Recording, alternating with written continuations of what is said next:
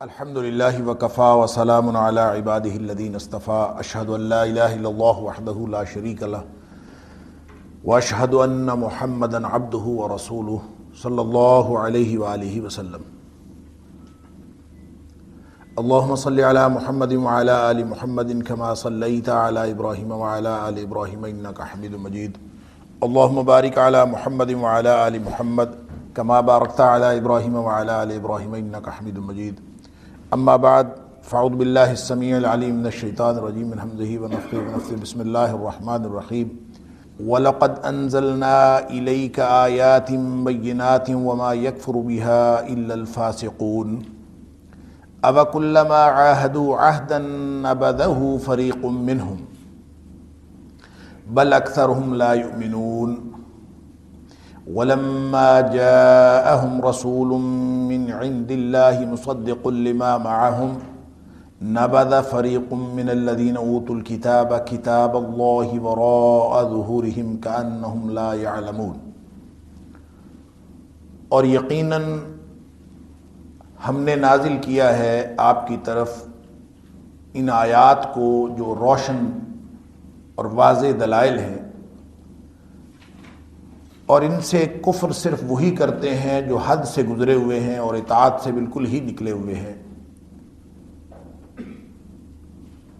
پھر ان کا کردار یہ ہے کہ ہر دفعہ جب بھی انہوں نے کوئی معاہدہ کیا ہے، کوئی عہد کیا ہے، نبذہ تو اس کو چھوڑ دیا ہے یا توڑ دیا ہے، فریق منہم کسی ایک فریق نے، بل اکثرہم لا یؤمنون حقیقت بات یہ ہے کہ ان میں سے اکثریت ایمان رکھتی ہی نہیں ہے۔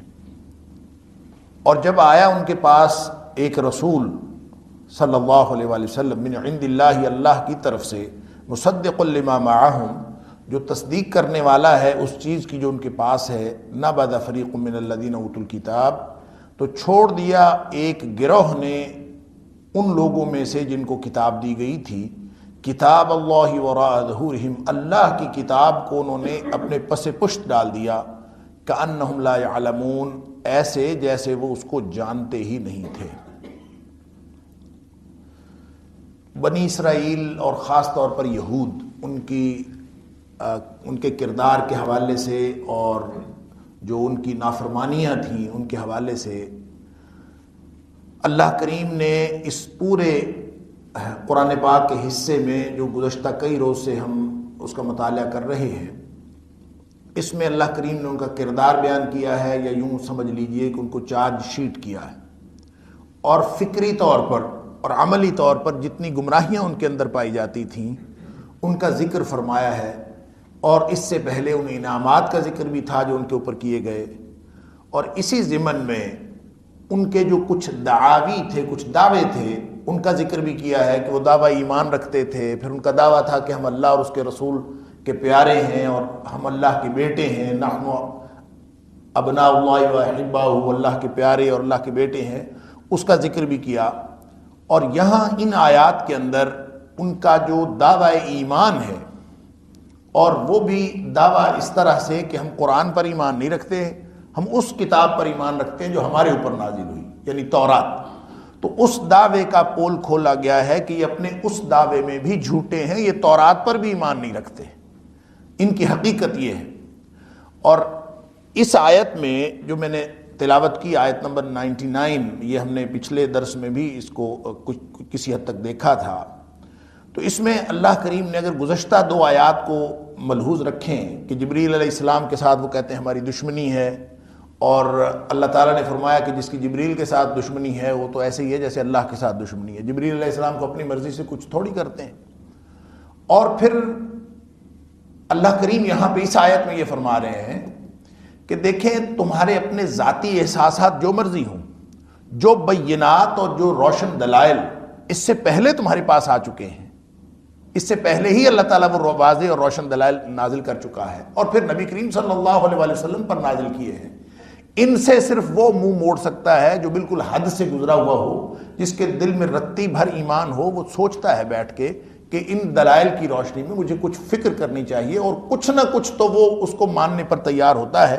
انہوں نے جو انکار کیا ہے وما یکفر بہا الا الفاسقون، اتنی واضح نشانیاں ہیں، یعنی وہ صفات جو قرآن میں، جو تورات میں بیان ہوئی تھیں، وہ صفات جو انجیل میں بیان ہوئی تھیں، اور پھر نبی کریم صلی اللہ علیہ وآلہ وسلم کی ذاتی صفات اور نبی پاک صلی اللہ علیہ وسلم کے ذاتی معجزات، اور پھر خاص طور پر ان بینات یا ان معجزات اور ان پیشگوئیوں کی روشنی میں نبی اکرم صلی اللہ علیہ وآلہ وسلم کا جو کردار ہے وہ تو بالکل ایک روز روشن کی طرح دلیل تھی کہ نبی کریم صلی اللہ علیہ وآلہ وسلم نے ایسے حالات میں کام شروع کیا کہ جو بالکل کمزور تھے۔ یعنی یہ تو ہم مدنی آیت پڑھ رہے ہیں، یہ مدنی آیات ہیں، نبی کریم صلی اللہ علیہ وسلم مکے کا پورا دور گزار چکے ہیں، تو جس طرح سے اللہ نے نبی کریم صلی اللہ علیہ وسلم کو کامیابیاں عطا فرمائیں، یہ نبی پاک صلی اللہ علیہ وسلم کی حیات طیبہ کا جو سفر تھا بعد از بعثت اور قبل از بعثت، وہ بجائے خود دلیل تھا اس بات کی، اور روشن دلیل تھا کہ نبی اکرم صلی اللہ علیہ وسلم اللہ کے سچے نبی ہیں۔ تو ان سارے روشن دلائل کے باوجود انہوں نے کچھ توجہ نہیں کی اور انہوں نے انکار ہی کیا، تو اللہ تعالیٰ فرماتے ہیں کہ یہ انکار، جن کے دل میں رتی بھر ایمان ہو وہ اس طرح کا انکار کر نہیں سکتے، ان کا دعویٰ ایمان بھی جھوٹا ہے، اس کتاب پر ایمان کا دعویٰ بھی جھوٹا ہے۔ تو یہ اس طرح کا کردار تو ان کا ہوتا ہے الا الفاسقون، جو بالکل ہی نکلے ہوئے ہوتے ہیں۔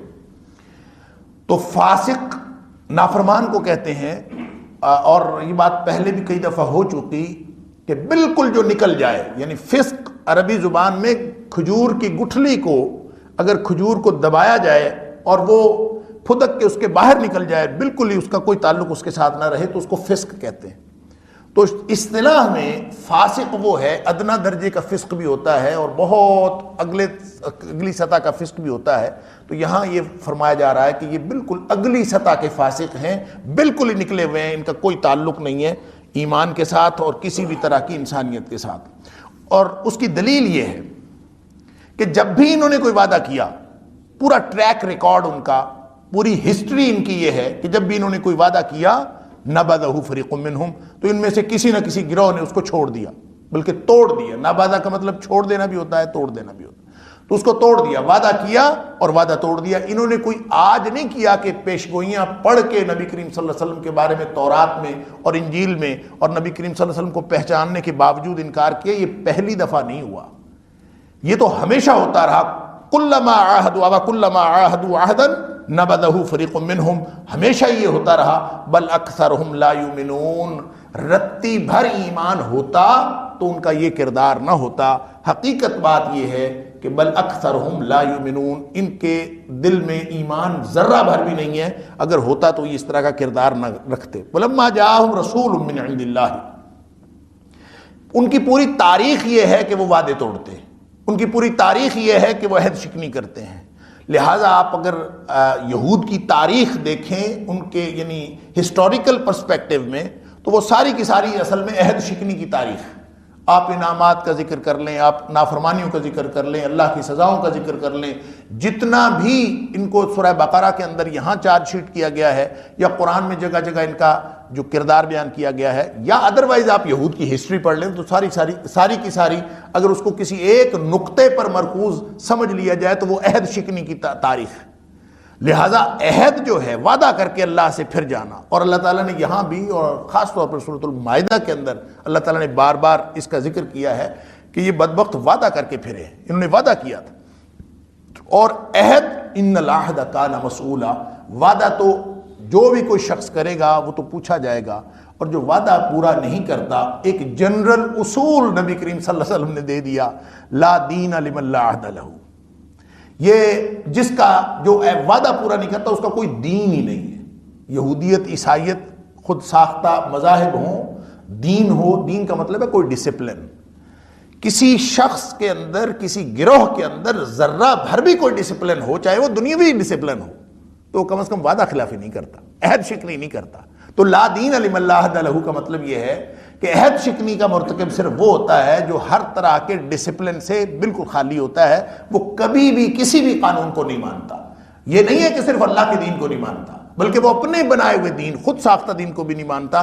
تو یہی ان کا جو ٹریک ریکارڈ اللہ کریم نے فرمایا ہے اور بیان فرمایا کہ وَكُلَّمَا عَاهَدُوا عَهْدًا نَبَذَهُ فَرِيقٌ مِّنْهُمْ بَلْ أَكْثَرُهُمْ لَا يُؤْمِنُونَ۔ یہ تاریخ تھی۔ اب نبی کریم صلی اللہ علیہ وسلم تشریف لائے ہیں، وَلَمَّا جَاءَهُمْ رَسُولٌ مِّنْ عِندِ اللَّهِ مُصَدِّقٌ لِّمَا مَعَهُمْ، یہاں رسول الرسول نہیں آیا بلکہ ایک رسول، نبی کریم صلی اللہ علیہ وسلم، کوئی رسول۔ اور کون آئے ہیں نبی کریم صلی اللہ علیہ وسلم؟ رسول اپنے کوئی بھی آیا ہو، پہلے بھی آتے رہے، اب یہ جو رسول آئے ہیں ان کی تخصیص یہ ہے کہ مصدق لما معہم، یہ تو ان ساری باتوں کی تصدیق کرتے ہیں اپنے کردار سے، اپنے گفتار سے اور اپنے وجود سے۔ نبی اکرم صلی اللہ علیہ وسلم کا وجود اس بات کی تصدیق کرتا ہے کہ جو پچھلی ساری کی ساری باتیں ان کی جو وہاں پہ صفات بیان ہوئی تھیں ان کے مصداق ہیں نبی اکرم صلی اللہ علیہ وسلم۔ ایک تو یہ بات کہ تصدیق کرنے والے کہ تورات بھی سچی تھی اپنے وقت پہ، اور اپنے وقت پہ انجیل بھی سچی، ان کتابوں کو سچا کہنا یہ تصدیق کرنا ہوتا ہے۔ دوسرا تصدیق کرنا یہ ہے کہ نبی اکرم صلی اللہ علیہ وآلہ وسلم کا وجود وہ مصداق ہے ان ساری پیشگوئیوں کا جو اس سے پہلے بیان ہو چکی، ما معہم، ان کے پاس موجود ہے، یعنی ان کے پاس تورات موجود ہے۔ اب قرآن بڑے لطیف پیرائے میں ان کی اس حس کو چھیڑ رہا ہے اور اس دعوے کو جو پیچھے بیان ہوا کہ وہ دعویٰ کرتے تھے کہ ہم اس پر ایمان لائیں گے جو ہم بما انزل الینا، جو ہماری طرف نازل ہوا اس پر ایمان لائیں گے، اور جو بعد میں نازل ہوا ہے وہ قرآن آئے جو مرضی ہے ہم اس پر ایمان نہیں لائیں۔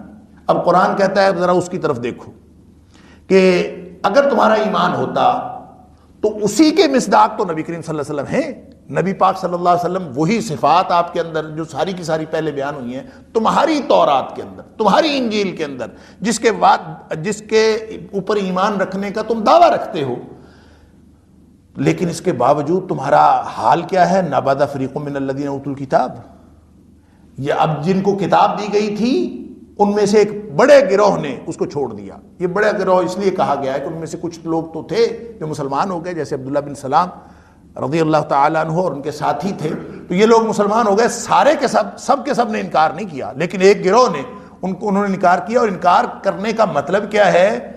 کتاب اللہ وراء ظہورہم، انہوں نے چھوڑا نَبَذَ فَرِيقٌ مِّنَ الَّذِينَ أُوتُوا الْكِتَابَ، جن کو کتاب دی گئی تھی انہوں نے کتاب کو چھوڑ دیا، کتاب اللہ کی کتاب کو یعنی تورات کو، وراء ظہورہم، انہوں نے اس طرح پس پشت ڈال دیا اپنی پیٹھوں کے پیچھے، جیسے کوئی جانتا ہی نہیں، اس کی طرف سے یوں پیٹ کر لی، کوئی تعویل نہیں، کوئی تفسیر نہیں، کوئی معنویت کے اندر تبدیلی نہیں۔ یہ کام تو وہ ہمیشہ سے کر رہے تھے، یحرفون الکلم عن مواضعہ، جو کام ہمیشہ سے وہ کر رہے تھے، تحریف کلام، وہ تحریف کرنے کے باوجود ان کا کام نہیں چلا۔ کتنی کی تحریف کریں، سب کچھ کے باوجود ان کا کام نہیں چلا، پیشگوئیاں پھر بھی موجود تھیں، اور تورات اور انجیل کی پیشگوئیوں کے مصداق نبی اکرم صلی اللہ علیہ وسلم کا وجود تھا، لہٰذا ان کو چھوڑنا پڑا۔ فرمایا کہ وہ دعویٰ جو کر رہے تھے کہ ہم اس پر ایمان رکھتے ہیں، اب کتاب اللہ وراء ظہورہم، اپنی اسی کتاب کو جو اللہ کی کتاب ہے تورات، اس کو انہوں نے پس پشت ڈال دیا، کأنہم لا یعلمون، ایسے جیسے یہ ان کو جانتے ہی نہیں، یعنی تورات کے واقف ہی نہیں ہے۔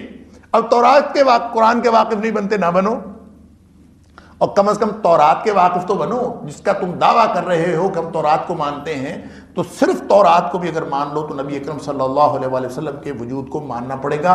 لہٰذا کردار یہ ہے کہ اللہ کی کتاب کو انہوں نے پس پشت ڈالا ہے۔ یہ صرف نبی کریم صلی اللہ علیہ وآلہ وسلم کو تسلیم کرنے یا نہ کرنے کا ایشو نہیں ہے، بلکہ انہوں نے اپنی پوری تاریخ کے اندر تورات کی تعلیمات کو، اور جو حضرت موسیٰ علیہ السلام پر نازل ہوئی تھی، جو عیسیٰ علیہ السلام پر نازل ہوئی تھی، ان سب کو پس پشت ڈالا ہے۔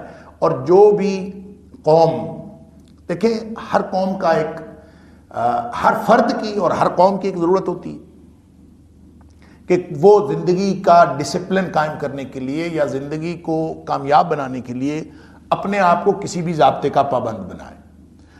وہ فرد ہو یا اقوام ہوں، ان کو ہمیشہ ضرورت رہتی ہے کہ وہ اپنے آپ کو اس دنیا میں بھی کامیاب کرنے کے لیے، اور اگر آخرت کا تصور ان کے ہاں تو اس میں کامیابی حاصل کرنے کے لیے وہ کچھ ٹارگٹ سیٹ کریں اور اس ٹارگٹ کو اچیو کرنے کے لیے اپنا کوئی نہ کوئی ضابطہ طے کریں۔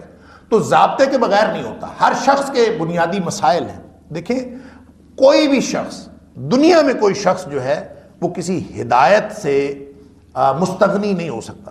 یعنی ایسا نہیں ہو سکتا کہ کوئی شخص کہے کہ مجھے کسی قسم کی رہنمائی کی ضرورت نہیں.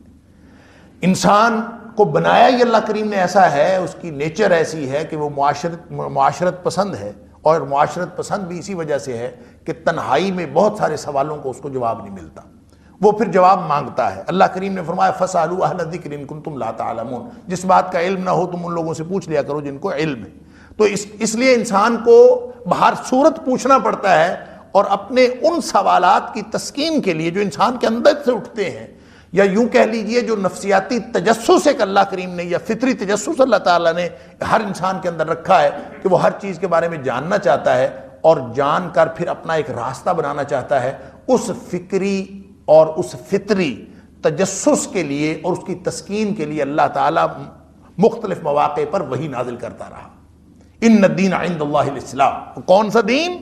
فطرت اللہ التی فطر الناس علیہا, وہی فطرت جس پر اللہ نے انسانوں کو پیدا کیا. اب یہ اگر کوئی شخص ان تعلیمات سے جڑ جائے جو اللہ تعالیٰ نے بذریعہ وحی نازل فرمائی ہیں, تو پھر تو ان کو ان کے سارے سوالات کا بھی جواب ملے گا, اس کو تسکین بھی ہوگی.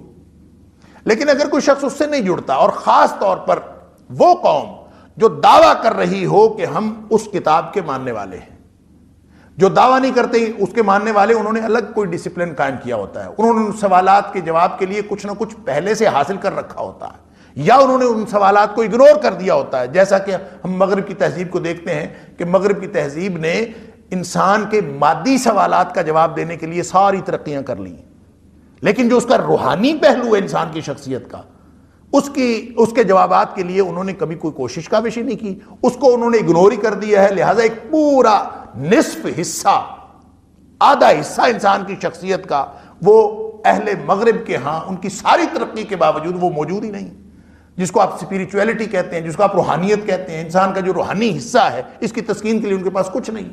لہٰذا وہ جو بھی جس تہذیب کا بھی کوئی شخص ہوگا, وہ جدید ترین تہذیب ہو, وہ ترقی یافتہ ہو یا غیر ترقی یافتہ ہو, چاہے جنگلوں میں رہنے والا ہو, اس کے جب اللہ نے اس کے اندر وہ اسپریچویلٹی یا ایک جو باطنی حصہ جو روح رکھا ہے, اس کی غذا کا سامان تو اس کو بہرحال ڈھونڈنا ہے.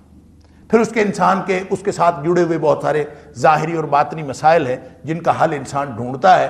تو یہ وہ قوم جو اللہ کی وحی پر ایمان کا دعویٰ رکھتی ہے, ان کے لیے بطور خاص اور تمام انسانیت کے لیے بطور عام ان تمام سوالات اور مسائل کا حل اللہ کی وحی کے اندر موجود ہے. لہذا جب کوئی قوم اللہ کی وحی کو پس پشت ڈالتی ہے, جیسا کہ انہوں نے پس پشت ڈالا, اور یہ صرف ان کا بیان نہیں ہے, یہ رہتی دنیا تک قیامت تک کوئی بھی قوم جب اللہ کی تعلیمات کو پس پشت ڈالے گی تو یہ ان کے بہت سارے نفسیاتی اور طبعی قسم کے مسائل وہ کھڑے ہو جائیں گے جن کا جواب ان کے پاس نہیں ہوگا. تو ان کا جواب ڈھونڈنے کے لیے پھر وہ ادھر ادھر منہ ماریں گے, جس کی وجہ سے قرآن کہتا ہے کہ ان کو تو چھوڑ دیا وَاتَّبَعُوا مَا تَتْلُو الشَّيَاطِينُ عَلَى مُلْكِ سُلَيْمَانَ, جب تعلیمات الہیہ چھوڑیں تو وہ فطری سوالات تو موجود ہیں, وہ فطری مسائل تو موجود ہیں. انسان کو تسکین تو چاہیے, پھر وہ تسکین کہاں ڈھونڈے گا؟ وہ روحانی تسکین جس کا سامان الا بذکر اللہ تطمئن القلوب, جس کی سیٹسفیکشن ہونی ہی اللہ کی ذات اور اللہ کے ذکر کے ساتھ تھی, وہ تو اب مفقود ہے, اب کہاں جائیں گے؟ لہٰذا اس کے لیے ایسی باطنی چیزیں اور باطنیت کا ایسا علم جس کا جو بھی نام رکھ لیں, وہ ہر دور میں مختلف نام رہے, تو ایسی اس کو جادو کہیں, اس کو ٹونا کہیں, اس کو ٹوٹکے کہیں, اس کو ریاضت کہیں, اس کو مجاہدہ کہیں, اس طرح کی بہت ساری چیزیں اور بہت سارے ڈسپلنز وہ اس قوم کے اندر رواج پا جاتے ہیں جو قوم اللہ کی تعلیمات سے منہ موڑتی. کیونکہ پرابلم تو وہی ہے. ہم آج کل اگر اپنی روزمرہ کی زندگی میں دیکھیں ادھر ادھر معاشرے میں, تو ہمیں بہت سارے جادو کے مریض نظر آتے ہیں, ہمیں نظر بد کے مریض نظر آتے ہیں, شیطانی حرکت ہو گئی ہے جی. وہ کہتے ہیں جی ہمارے بڑے مسائل, جس کو دیکھو ہر تیسرا گھر پاکستان کے اندر, تو کسی کو آپ پوچھ کے دیکھو وہ کہتا ہے ہمارے اوپر جادو ہو گیا, کوئی مسئلہ ہے. اچھا جی مسئلہ ہے تو پھر کیا کریں؟ کسی ایسے عامل کے پاس جائیں جس کو اس کا جادو کا علاج آتا ہو. ابھی بلکہ کل میں فیس بک پہ دیکھ رہا تھا، کسی نے لکھا ہوا تھا کسی کو کوئی کسی عامل کا پتہ ہو تو مجھے بتا دے. یعنی سب ہم عامل ڈھونڈ رہے ہیں. اللہ اکبر. یہ اصل میں یہ وہی بات ہے جو نبی کریم صلی اللہ علیہ وآلہ وسلم نے فرمائی تھی کہ تم لوگ بھی ہر قدم یعنی قدم بقدم اور بالشت بالشت تم یہود و نصارہ کے نقش قدم پہ چلو. انہوں نے بھی اللہ کی تعلیمات سے منہ موڑا تو پھر ضرورت پڑی ان کو اپنے ان مسائل کے حل کی جن مسائل کا حل صرف کتاب اللہ میں تھا، اور وہ مسائل کو ڈھونڈنے کے لیے وہ پھر اس کو چھوڑا واتبعوا اور پیروی کی ما تتلو الشیاطین، ان چیزوں کی جو شیطان پڑھتے تھے، جو شیاطین جن کاموں کی طرف لے کے جاتے تھے. اور بہانہ تو یہی ہے نا کہ تمہیں سیٹسفیکشن تمہیں دیتے ہیں، کہیں کوئی مراقبہ حال بنے ہیں، کہیں کوئی سیٹسفیکشن کے کوئی مقامات بنے ہیں. ہر ایک نے اپنا اپنا ایک ڈسپلن قائم کیا ہے. کہیں انسانوں کو سجدہ کر کے سیٹسفیکشن ڈھونڈ رہے ہیں، کہیں قبروں کے سامنے جھک کے وہ اپنے آپ کی اپنی سیٹسفیکشن ڈھونڈ رہے ہیں، کہیں وہ کسی جنتر منتر کے چکر میں آ کے سیٹسفیکشن ڈھونڈ رہے ہیں. بعین ہی حالت تھی یہود و نصارہ کی کہ انہوں نے بھی یہی کیا کہ جو ان کے پاس کوئی جادو تاریخ میں چلا آ رہا تھا اس جادو کو انہوں نے ڈھونڈا. اللہ اکبر. اور علی ملک سلیمان فرمایا گیا سلیمان علیہ السلام کی بادشاہت میں، سلیمان علیہ السلام کی بادشاہت میں جو شیاطین نے جادو کا سلسلہ شروع کیا تھا وہ انہوں نے پڑھنا شروع کر دیا. اور یہ صرف یہود مدینہ کی بات نہیں ہو رہی بلکہ ان کے آباء و اجداد کی بات بھی ہو رہی ہے. سلیمان علیہ السلام کی بادشاہت کے بارے میں مفسرین نے بہت لمبی چوڑی باتیں لکھی ہیں، اور خاص طور پہ جب اب ابن کثیر وغیرہ پڑھیں تو مفسرین نے حضرت سلیمان علیہ السلام کے حوالے سے شیاطین کے مختلف جو توہمات ہیں ان کا تذکرہ کیا. کیونکہ حضرت سلیمان علیہ السلام کو اللہ تعالیٰ نے ایک شاندار قسم کی بادشاہت دی تھی جو اس سے پہلے اور اس کے بعد کسی کو عطا نہیں کی گئی. یعنی ہواؤں پہ بھی، جانوروں پہ بھی اور جنوں کے اوپر بھی، سب کے اوپر حضرت سلیمان علیہ السلام کی بادشاہت تھی. اور لوگوں نے خاص طور پر یہ جو یہود تھے انہوں نے یہ مشہور کر رکھا تھا سلیمان علیہ السلام کے بارے میں. اب بھی ان کی بائبل کے اندر یہ موجود ہے. وہ حضرت سلیمان علیہ السلام کے بارے میں اس وقت بھی انہوں نے یہ مشہور کر رکھا تھا کہ سلیمان علیہ السلام جادو کے زور پر یہ حکومت کرتے ہیں، ان کے پاس جادو ہے اور جادو کے زور پر حکومت کرتے ہیں. اور بعض روایات میں یہ بھی آتا ہے کہ حضرت سلیمان علیہ السلام نے شیاطین کا سارا جادو انہوں نے صرف یعنی اس پر عمل کرنا اور اس کو اپنی زندگیوں میں داخل نہیں کیا تھا بلکہ باقاعدہ مدون کیا تھا اور ان کی کتابیں بنا لی تھی، اس کو لکھ لیا تھا، ایک ڈسپلن اور ضابطے کے طور پر پورے معاشرے کے اندر امپلیمنٹ کر دیا تھا، جس کا جو مسئلہ ہو جادو کے ذریعے سے حل کر لے. لہٰذا وہ باقاعدہ ایک شیاطین کا سسٹم تھا. اس سسٹم کو ختم کرنے کے لیے حضرت سلیمان علیہ السلام نے، بعض روایات میں آتا ہے کہ ان کی ساری کتابیں ضبط کر لی تھیں اور ضبط کر کے زمین میں دفن کر دی تھی اپنی کرسی کے نیچے. بعض لوگوں نے ایک لمبی کہانی بھی اسرائیلی روایات کی بنیاد پر بیان کی ہے کہ حضرت سلیمان علیہ السلام کی ساری اس بادشاہت کی طاقت کا راز جو تھا وہ ایک انگوٹھی میں تھا، اور وہ انگوٹھی وہ جب آپ بیت الخلاء جاتے تھے تو وہ انگوٹھی کچھ دیر کے لیے اتار دیتے تھے، تو وہ انگوٹھی اتاری اور کسی شیطان کے ہاتھ لگ گئی تو آپ نے اپنی زوجہ محترمہ کو دی تھی، اور وہ زوجہ محترمہ کے پاس شیطان حضرت سلیمان علیہ السلام کی شکل میں آ گیا، اور آپ ابھی بیت الخلاء میں ہی تھے تو شیطان حضرت سلیمان علیہ السلام کی شکل میں آیا، اس نے آ کے وہ انگوٹھی واپس لے لی اور انگوٹھی واپس لے کے جا کے وہ اس کرسی پہ بیٹھ گیا جو حضرت سلیمان علیہ السلام کی بادشاہت کی کرسی تھی. تو چونکہ ساری طاقت اس انگوٹھی میں تھی لہٰذا وہ اس انگوٹھی کی طاقت کی وجہ سے وہ شیطان کے پاس ساری طاقت آ گئی. سلیمان علیہ السلام جب واپس آئے انہوں نے آ کے اپنی زوجہ محترمہ سے پوچھا کہ انگوٹھی کدھر ہے، تو زوجہ محترمہ پریشان ہو گئیں کہ یہ اصلی سلیمان ہے کہ وہ جو پہلے تھا وہ اصلی سلیمان ہے. تو وہ انہوں نے حضرت سلیمان علیہ السلام جو حقیقی تھے ان کو جعلی سلیمان سمجھا اور انہوں نے کہا کہ تو شیطان ہے اور اصل سلیمان تو وہ تو انگوٹھی اپنی لے گئے. تو بہرحال حضرت سلیمان علیہ السلام سمجھ گئے کہ یہ میرے اوپر اللہ کی طرف سے آزمائش ہے. ہو سکتا ہے یہ بات صحیح ہو، لیکن یہ ایک تو سندن اس کی کوئی حقیقت موجود نہیں ہے، ٹیکنیکلی ان روایات کو اتھینٹیفائی نہیں کیا جا سکتا.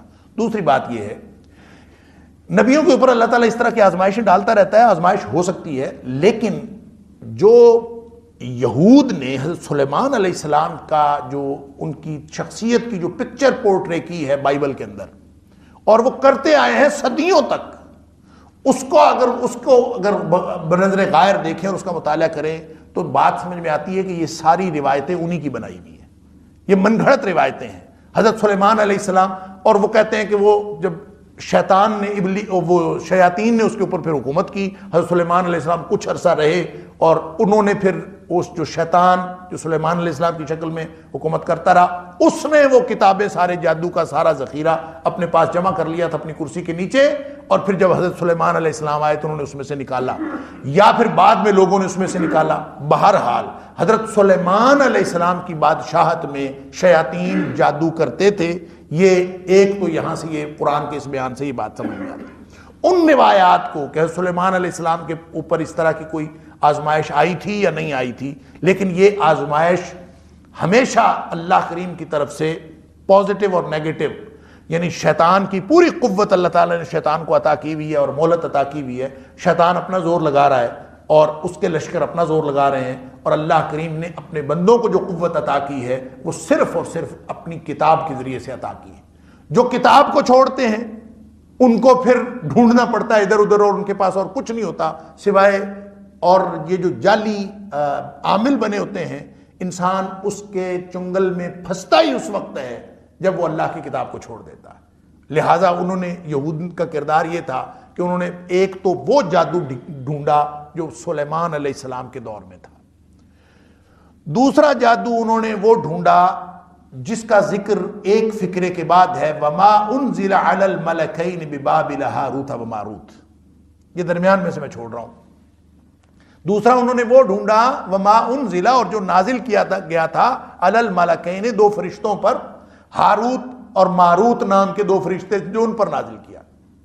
اچھا، یہ درمیان میں جو فقرہ ہے، یہ پچھلا اور اگلا فقرہ، یہ دونوں مربوط فقرے، یعنی وَاتَّبَعُوا مَا تَتْلُو الشَّيَاطِينُ عَلَى مُلْكِ سُلَيْمَانَ وَمَا أُنزِلَ عَلَى الْمَلَكَيْنِ بِبَابِلَ ہاروت و ماروت۔ اگر ہم اس کو پڑھیں تسلسل کے ساتھ تو یہ عبارت مربوط ہے۔ درمیان میں اللہ کریم نے فرمایا وَمَا كَفَرَ سُلَيْمَانُ وَلَكِنَّ الشَّيَاطِينَ كَفَرُوا يُعَلِّمُونَ النَّاسَ السِّحْرَ۔ حضرت سلیمان علیہ السلام نے کوئی کفر نہیں کیا، وَلَكِنَّ الشَّيَاطِينَ كَفَرُوا، بلکہ اصل کفر کیا ہے شیطانوں نے۔ حضرت سلیمان علیہ السلام کے طرف کفر کی کوئی نسبت نہیں ہے۔ یعلمون الناس السحر، کیا کفر کیا ہے؟ لوگوں کو جادو سکھاتے تھے۔ اب یہاں سے دو تین باتوں کا پتہ چلا۔ ایک تو یہ پتہ چلا کہ سلیمان علیہ السلام وہ نہ جادوگر تھے اور نہ انہوں نے اس طرح کی کوئی بات کی، اور کفر کی طرف ان کی کوئی نسبت نہیں کی جا سکتی۔ اب یہ بڑی عجیب بات محسوس ہوتی ہے کہ ایک تو ربط کلام توڑا گیا، یہ اللہ کا کلام ہے، یہ میرا آپ کا کلام نہیں ہے۔ ربط کلام توڑا گیا، درمیان میں ایک بات کی گئی، اور بات کیا کی گئی کہ سلیمان علیہ السلام کافر نہیں تھے۔ یہود بھی جانتے ہیں کہ سلیمان علیہ السلام اللہ کے نبی تھے، عیسائیوں کو بھی معلوم ہے کہ سلیمان علیہ السلام اللہ کے نبی تھے، مسلمانوں کو بھی بتا دیا کہ سلیمان علیہ السلام اللہ کے نبی تھے۔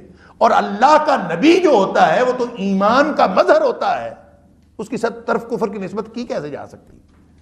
تو یہ کیا بات ہوئی کہ اتنی اہم بات تھی کہ جو درمیان میں آ کے بتائی گئی کہ جو سلیمان علیہ السلام تھے انہوں نے کوئی کفر نہیں کیا۔ اس کی کیا ضرورت پڑی؟ اس کی ضرورت اس لیے پڑی کہ یہود کی تاریخ کے اندر اور ان کے بنیادی کانسیپٹس کے اندر یہ بات شامل تھی کہ سلیمان علیہ السلام جو تھے ان کی ساری حکومت جادو کے زور پر چل رہی تھی، اور یہ بات بائبل کے اندر موجود ہے۔ اور بائبل میں انہوں نے، بلکہ بائبل کے اندر تو یہاں تک کہا گیا ہے کہ حضرت سلیمان علیہ السلام اللہ کو چھوڑ کر غیر اللہ کو پوجنا شروع ہو گئے تھے۔ یہ اب بھی جو موجودہ بائبل ہے اس کے اندر بھی لکھا ہے، اور یہ اس قدر تسلسل کے ساتھ ہے کہ جب انسائکلوپیڈیا آف بریٹینیکا ترتیب دیا گیا، اور اس کی ترتیب اور اس کی تحقیق اور اس کی تدوین میں سارے کے سارے عیسائی شامل ہیں، اور اس کے اندر یہودی بھی شامل ہیں، اس کے اندر ان کو لکھنا پڑا کہ سلیمان علیہ السلام نے کفر نہیں کیا، یعنی انسائکلوپیڈیا آف بریٹینیکا میں کہ سلیمان علیہ السلام جو تھے وہ اللہ کے ماننے والے تھے اور ایک اللہ کو ماننے والے تھے، یہ ان کو لکھنا پڑا۔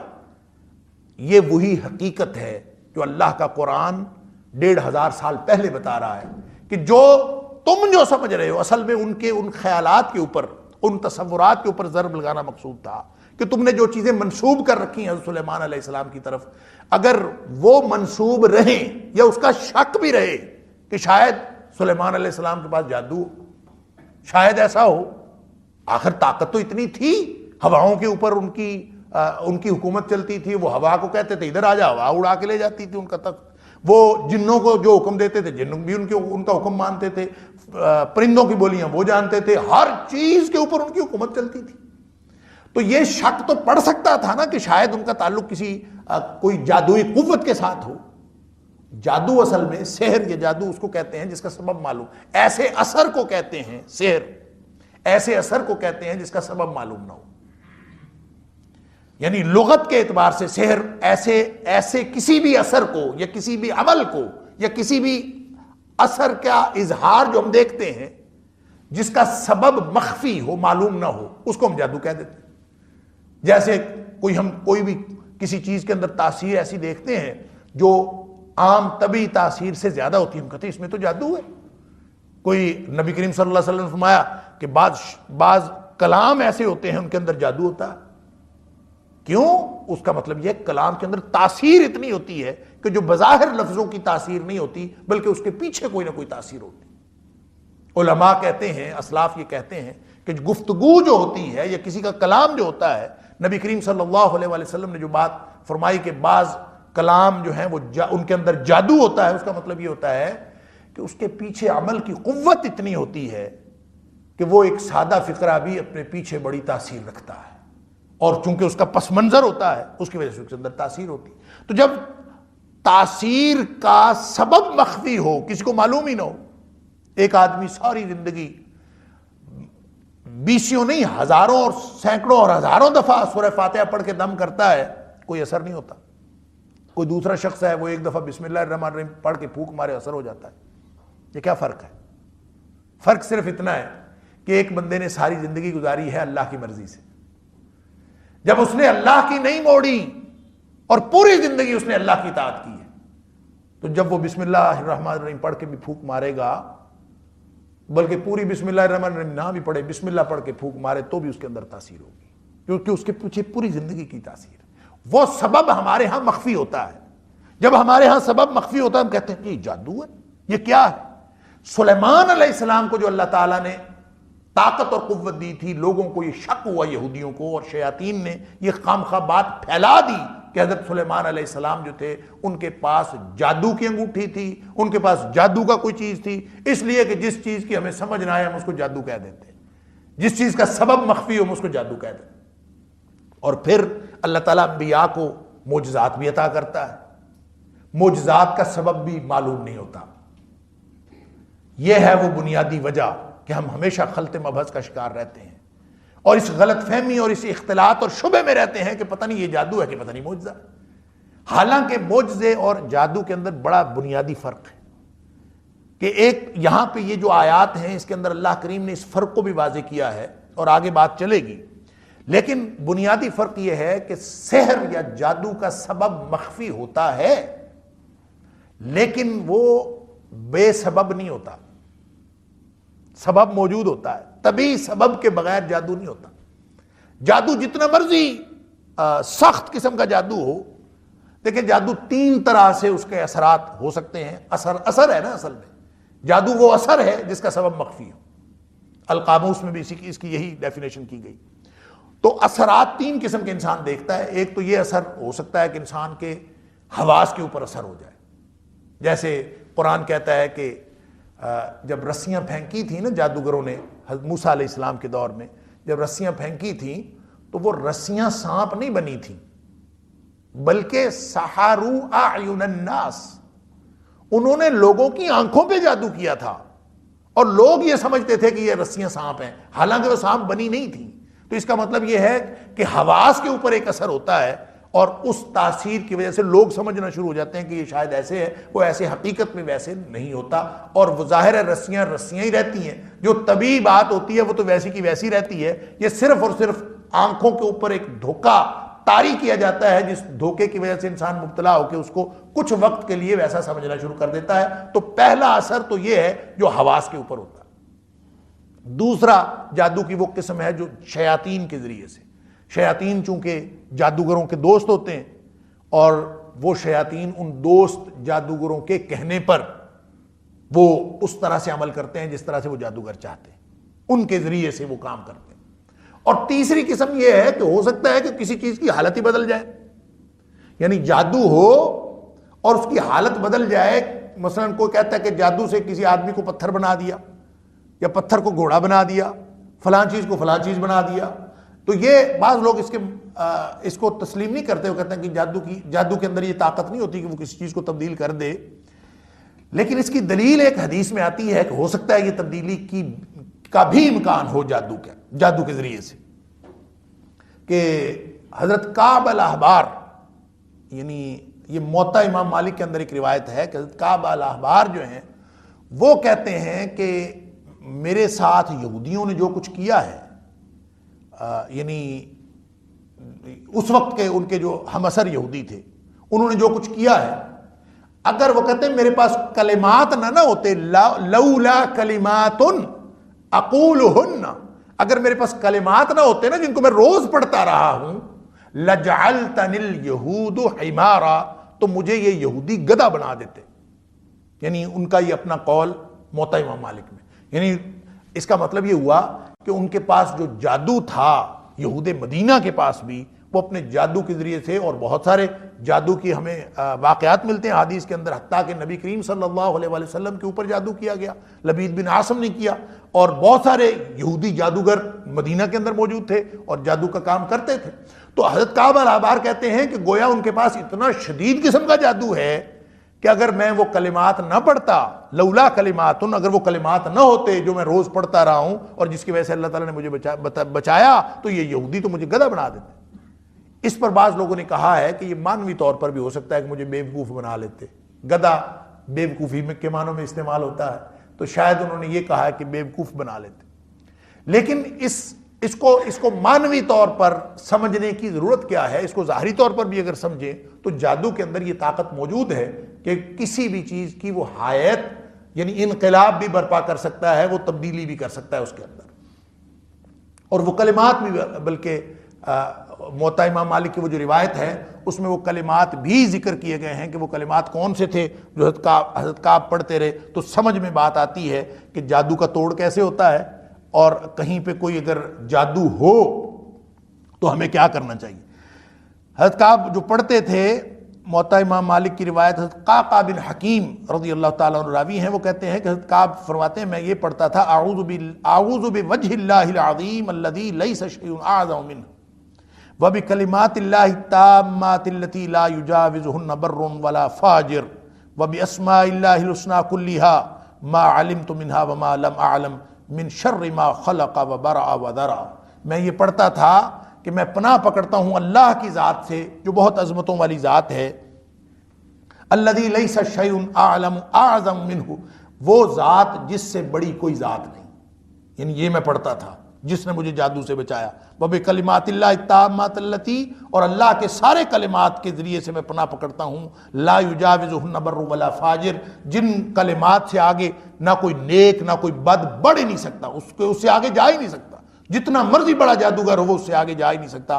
وباسماء اللہ الحسنى كلها، اور میں اللہ کے جو اسماء حسنی ہیں اس کے ذریعے سے پناہ پکڑتا ہوں، تمام کے تمام جو اللہ کے اچھے نام ہیں، ما علمت منها وما لم اعلم، جو میں جانتا ہوں وہ بھی نام اللہ کے اور جو میں نہیں جانتا وہ بھی، سب کے ذریعے سے میں اللہ کی پناہ پکڑتا ہوں۔ من شر ما خلق، ہر اس چیز سے جو اللہ نے پیدا کی، وبرأ، جو اللہ نے بویا، وزرع، جو بھی اللہ تعالیٰ نے کاشت کیا، یعنی دنیا میں جو کچھ بھی ہے، ہر چیز جو کچھ بن رہی ہے، میں اس سے اللہ کی پناہ چاہتا ہوں اور اللہ کی ذات کے ذریعے سے پناہ میں آتا ہوں۔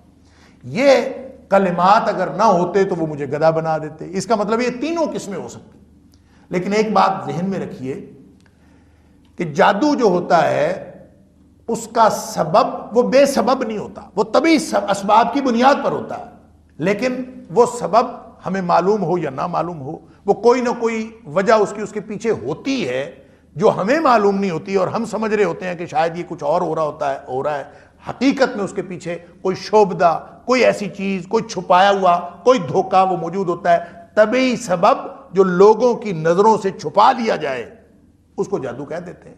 آپ اگر کسی بچے کو کوئی شوبدہ دکھاتے ہوئے کوئی چیز چھپا لیں، اور آپ تو چھپا لیتے ہیں، آپ کہتے ہیں میں جادو کر رہا ہوں، اور بچہ سمجھ جاتا ہے کہ اس کے پاس کوئی جادو ہے۔ جادو کیا ہوتا ہے؟ کوئی ٹرک ایسا ہوتا ہے کہ آپ اس کا سبب چھپا لیتے ہیں، صرف اثر ظاہر کر دیتے ہیں۔ معجزے کے اندر یہ نہیں ہوتا۔ معجزہ اور جادو کا بنیادی فرق یہ ہے کہ معجزہ بے سبب ہوتا ہے، وہ صرف اللہ کی قدرت سے ہوتا ہے، اور اس کے اندر طبعی اسباب جو ہیں وہ اس کے اندر انوالو نہیں ہوتے، اور آپ کسی چیز کو بھی ان طبعی اسباب کی بنیاد پر، معجزے کو طبعی اسباب کی بنیاد پر نہیں دیکھا جا سکتا۔ یہ بات مانوی طور پر تو سمجھ میں آئی کہ معجزہ اللہ کی قدرت ہوتا ہے، اور اس بندے کی اپنی خوبی اس میں موجود نہیں ہوتی، اور جادو جو ہوتا ہے وہ کسی طبعی سبب کی بنیاد پر ہوتا ہے جو مخفی ہوتا ہے۔ لیکن سوال یہ پیدا ہوتا ہے کہ دونوں صورتوں میں، چاہے معجزہ ہو چاہے جادو ہو، سبب ہماری نظروں سے تو مخفی ہے نا، ہمیں تو نہیں پتا۔ ہم کیسے فرق کریں گے کہ یہ جادو ہے اور یہ معجزہ یا کرامت ہے؟ ہم کیسے فرق کریں؟ ہمارے پاس اور کچھ نہیں ہے فرق کرنے کے لیے سوائے اس کے کہ ہم اس شخص کو، جس شخص سے وہ معجزہ یا وہ جادو جو بھی اثر ظاہر ہو رہا ہے، ہم اس کی زندگی کو دیکھیں۔ اگر اس کی زندگی للہیت والی زندگی ہے، اگر اس کی زندگی اللہ اور اس کے رسول صلی اللہ علیہ وسلم کے احکام کے مطابق گزر رہی ہے، تو پھر یقیناً وہ جادوگر نہیں ہو سکتا۔ اس لیے کہ جو جادوگر ہے، جادو کو تو قرآن نے کفر کہہ دیا کہ جادو تو ہے ہی کفر۔ تو جو اللہ والا ہے، جو اللہ سے کوئی قدرت اور اللہ کی قدرت اور طاقت کے ذریعے سے کسی چیز کا اظہار، جس سے کچھ سرزد ہو رہا ہے، معجزہ یا کرامت سرزد ہو رہی ہے، وہ شخص اللہ کا نافرمان ہو یا اس کی زندگی میں اللہ کی نافرمانیاں ہوں، یہ ممکن نہیں۔ ہم ایسے خام خواہ شبے میں پڑ جاتے ہیں۔ کل پرسوں ایک بچی ہے میرے پاس آئی، کہتے میں روٹی پکا رہی تھی، اور وہ روٹی میں نے ابھی باقی ساری روٹی کچی تھی، تو وہ میں نے اس کو الٹا کیا تو اس کے نیچے محمد لکھا ہوا تھا۔ وہ پھول اس طرح سے بنے ہوئے تھے کہ وہ محمد لکھا ہوا ہے، اور وہ انہوں نے جناب تصویر بھی لی ہوئی ہے، میرے پاس آئی کہ یہ معجزہ ہوا ہے، وہ یہ کہہ رہی تھی، اور اس معجزے کا سبب کیا ہے میرے سے پوچھ رہی۔ اب یہ دیکھیں یہ خلط مبحث کیوں پیدا ہوتا ہے؟ خلط مبحث اس وقت پیدا ہوتا ہے کہ ہم کسی بھی انہونی بات کو معجزہ یا جادو کہہ دیتے ہیں، حالانکہ اس کا اس کے ساتھ کوئی تعلق نہیں۔ یہ بالکل ایک اتفاق ہے کہ وہ پھول اس طرح سے بن جائیں۔ کبھی ہم دیکھتے ہیں تاروں کی فارمیشن اس طرح سے بنتی ہوتی ہے کہ کبھی ہمیں اپنا نام لکھا نظر آتا ہے، کبھی بادلوں کی فارمیشن اس طرح سے ہوتی ہے کہ ہمیں کوئی خاص قسم کی شکل نظر آنا شروع ہو جاتی ہے، ہمیں بادلوں کی فارمیشن ایسی نظر آ جائے کہ اس میں محمد لکھا ہے یا اللہ لکھا ہے۔ یہ سارے اتفاقات ہیں، لیکن یہ کسی چیز کی دلیل تو نہیں ہے، نہ یہ جادو کی دلیل ہے، نہ یہ معجزے کی دلیل ہے، کسی چیز کی دلیل نہیں۔ یہ محض اتفاقات ہیں، اور دنیا میں یہ اتفاقات ہوتے رہتے ہیں، اس میں کوئی مخفی سبب نہیں ہے۔ یعنی ظاہر ہے جب آپ روٹی توے پہ ڈالیں گے تو وہ اس کے اوپر پھول تو بننے، تو کبھی اس کی کوئی شیپ بنتی ہے، کبھی کوئی شیپ بنتی ہے، اور آپ اس کو توجہ سے دیکھنا شروع کر دیں تو ہر روٹی کے اوپر کوئی نہ کوئی شیپ آپ ترتیب دے سکتے ہیں کہ جناب ان پھولوں سے یہ ترتیب بن رہی ہے۔ اس کا تعلق نہ شوبدے سے ہے، نہ کرامت سے ہے، نہ معجزے سے ہے، نہ اس کا تعلق جادو سے۔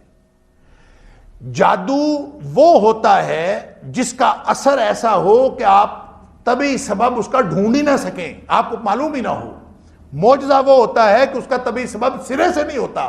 تو ہماری نظر میں تو دونوں ایک جیسے ہوتے ہیں، ہم صرف یہ دیکھیں گے کہ جو شخص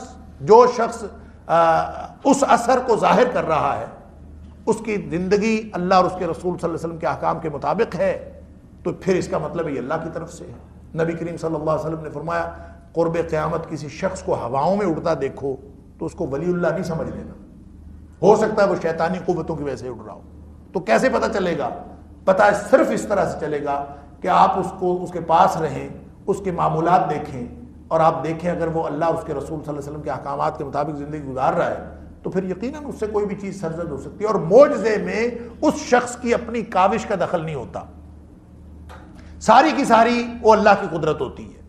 لہذا جادو اور معجزے میں زمین آسمان کا فرق اس وقت پڑتا ہے جب آپ اس شخص کی زندگی کو دیکھتے ہیں۔ جادوگر کی زندگی اور ایک اللہ والے کی زندگی ایک جیسی ہو ہی نہیں سکتی۔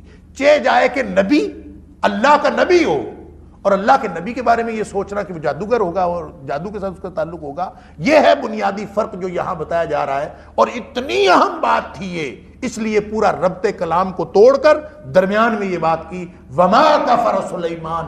بھائی بنیادی فکر ہی، جو بنیادی نقطہ ہے وہ یہ ہے کہ جو اللہ کے نبی ہیں وہ اللہ کی تعلیمات لے کر آتے ہیں۔ اگر ان کے ساتھ آپ نے جادو کی نسبت کر دی یا کسی سطح کی بھی جادو کی نسبت کر دی تو یہ تو پوری کی پوری دین کی بنیاد ہی ختم ہو گئی۔ اور دین کی بنیاد جب ختم ہو گئی تو ان تعلیمات، ان قرآن، اس قرآن اور تورات، انجیل، کسی کا بھی کوئی فلسفہ باقی نہیں رہا۔ یہ ساری چیزیں باقی رکھنے کے لیے اور ان ساری بحثوں کی حقیقت کو سمجھنے کے لیے بنیادی بات یہ سمجھنی ضروری ہے کہ انبیاء کا تعلق کبھی جادو سے نہیں ہوتا۔ ایک بات تو یہ سمجھ میں آئی۔ دوسری بات اسی درمیانی فکرے سے یہ سمجھ آئی کہ جادو کفر ہوتا ہے،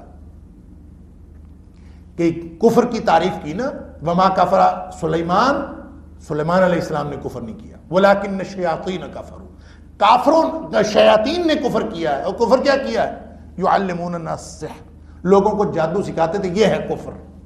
اس کا مطلب یہ ہوا کہ جو جادوگر ہوتا ہے وہ اس کا ایمان کے ساتھ کوئی تعلق نہیں ہوتا۔ سب سے پہلی جو شرط ہے جادوگر بننے کے لیے، وہ شرط یہ ہے کہ وہ پہلے ایمان سے باہر نکلے اور کافر بنے۔ اللہ اکبر۔ ایک حضرت عائشہ صدیقہ رضی اللہ تعالیٰ عنہ کا اثر علامہ ابن کثیر نے نقل کیا ہے، اللہ اکبر، کہ ایک خاتون نبی کریم صلی اللہ علیہ وسلم کو ملنے کے لیے آئی۔ اما عائشہ صدیقہ رضی اللہ تعالیٰ عنہ فرماتی ہیں کہ وہ خاتون ملنے کے لیے آئی اور نبی کریم صلی اللہ علیہ وسلم اس دنیا سے تشریف لے جا چکے تھے، اور اس خاتون دومت الجندل سے آئی، اور لمبا دومت الجندل اردن کی سرحد کی طرف بہت دور، تو وہاں سے آئی۔ اس کو معلوم نہیں تھا نبی کریم صلی اللہ علیہ وسلم کے وصال کے بارے میں، آئی اور اما عائشہ صدیقہ رضی اللہ تعالیٰ فرماتی ہیں کہ اس نے آگے پوچھا نبی کریم صلی اللہ علیہ وسلم کہاں ہیں، میں نے ان سے ملنا ہے۔ تو ہم نے کہا کہ وہ تو اس دنیا سے تشریف لے جا چکے ہیں۔ تو اس نے رونا شروع کر دیا اور بہت زور زور سے اس نے رونا شروع کر دیا اور پیٹنا شروع کر دیا۔ تو عائشہ صدیقہ رضی اللہ تعالیٰ عنہ فرماتی میں نے اس سے پوچھا کیا بات ہے، کیا مسئلہ؟ اس نے پھر اپنا مسئلہ بتایا۔ مسئلہ اس نے یہ بتایا کہ میرا خامد گم ہو گیا تھا اور بہت عرصہ گم رہا، مجھے سمجھ نہیں آتی تھی کہ میں اپنے خامد کو کیسے ڈھونڈوں۔ تو ایک خاتون مجھے ملی، اس نے مجھے کہا کہ میں تیرا خامد ڈھونڈنے میں تیری مدد کر سکتی ہوں بشرطے کہ تم میری شرائط پر عمل کرے۔ تو میں نے اس سے حامی بھر لی کہ جو تم کہو گی میں کر لوں گی۔ تو اس نے کہا چلو آؤ میرے ساتھ۔ تو ایک رات اس نے مجھے میرے گھر سے لیا، تو ہم باہر نکلے تو دو کتے کھڑے ہوئے تھے۔ تو ایک کتے پہ وہ خاتون بیٹھ گئی اور مجھے دوسرے کتے پر بیٹھنے کا حکم دیا۔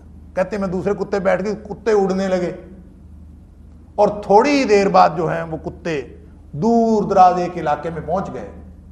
تو وہاں ہم جا کے دیکھتے ہیں کہ وہاں پہ کچھ لوگ کھڑے ہیں، اور بلکہ اس میں تو یہ ہے کہ کچھ لوگ لٹکے ہوئے، اور ان لٹکے ہوئے لوگوں کے پاس وہ کتے ہمیں لے گئے، اور انہوں نے پوچھا کس لیے آئے ہو؟ تو میں نے اپنا مدعا بیان کیا کہ میں اس لیے آئی ہوں۔ تو انہوں نے کہا اچھا تم جاؤ، تم اگر اپنا خامد واپس لینا چاہتی ہو تو فلاں ساتھ ہی کوئی جگہ تھی، وہاں تنور تھا، تو مجھے کہا کہ جاؤ وہاں اس تنور میں پیشاب کر کے آؤ۔ تو کہتی میں گئی وہاں اور مجھے تردد ہوا اور میں نے پیشاب نہیں کیا، میں واپس آ گئی۔ اور میں واپس آئی تو انہوں نے مجھے سے پوچھا کہ کر آئی ہو؟ میں نے کہا ہاں کر آئی۔ تو انہوں نے مجھے کہا کہ تم نہیں کر کے آئی۔ کہتے میں حالانکہ نہیں کر کے آئی تھی، تو میں نے ویسے ہی ان کو کہہ دیا میں کر رہی ہوں، نہیں کر کے آئی، کچھ بھی نہیں ہوا، چلو جاؤ واپس۔ وہ دوبارہ کہتی میں گئی، پھر میرے ذہن میں تردد ہوا، میں نے پھر پیشاب نہیں کیا، میں واپس آ گئی۔ تو انہوں نے کہا کہ کر آئی ہو؟ میں نے کہا ہاں کر آئی ہوں۔ انہوں نے کہا کچھ دیکھا تھا؟ انہوں نے کہا کچھ نہیں دیکھا۔ اس نے کہا پھر تم کچھ نہیں کر کے آئی، دوبارہ پھر جاؤ۔ تیسری دفعہ وہ کہتی میں گئی اور ان کے مجبور کرنے پہ میں نے اس تنور میں پیشاب کیا۔ پتہ نہیں کیا تھا یہ ساری باتیں جو ہیں یہ یعنی ہم اس کا کوئی سبب جان نہیں سکتے، لیکن یہ جادو سے متعلق چیز ہے۔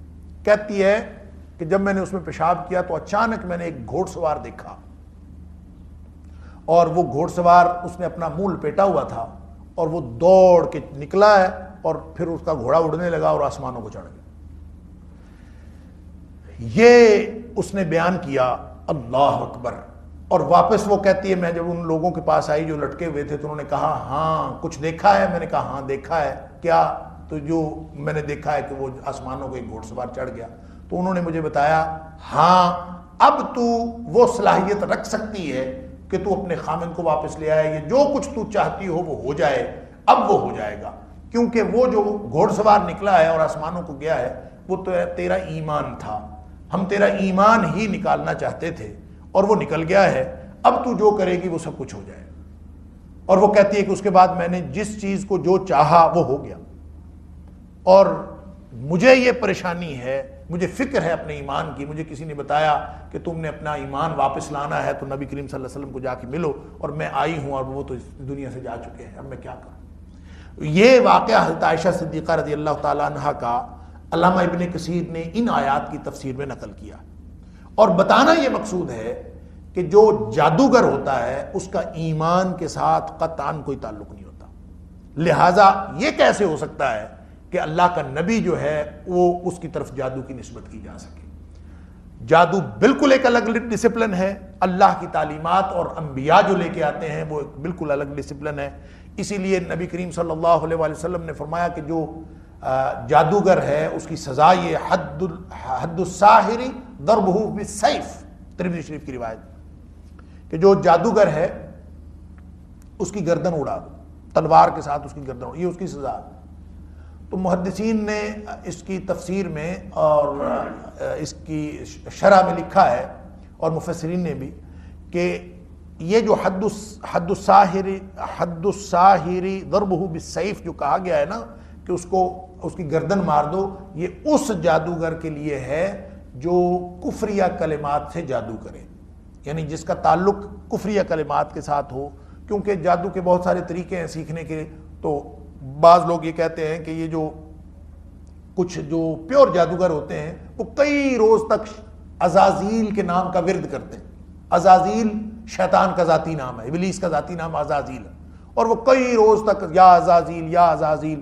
جادو سیکھنے کے طریقوں میں سب سے پہلی بات یہ ہوتی ہے کہ وہ گندگی میں ان کو کچھ دن رہنا پڑتا ہے، کئی چلے کاٹنے پڑتے ہیں بغیر نہائے، اور پھر گندگی کے ساتھ ان کو کچھ عرصہ رہنا پڑتا ہے، چلے کاٹنے پڑتے ہیں، پھر اس کے بعد جا کے یا عزازیل کا ایک چلہ کاٹنا پڑتا ہے، پھر جا کے کہیں وہ صحیح جادوگر بنتے ہیں۔ اللہ اکبر۔ تو جو ایسے جادوگر ہیں جو کفریہ کلمات کے ذریعے سے جادو کر رہے ہوں تو ان کی سزا تو یہی۔ البتہ مفسرین کا خیال یہ ہے کہ جو جادوگر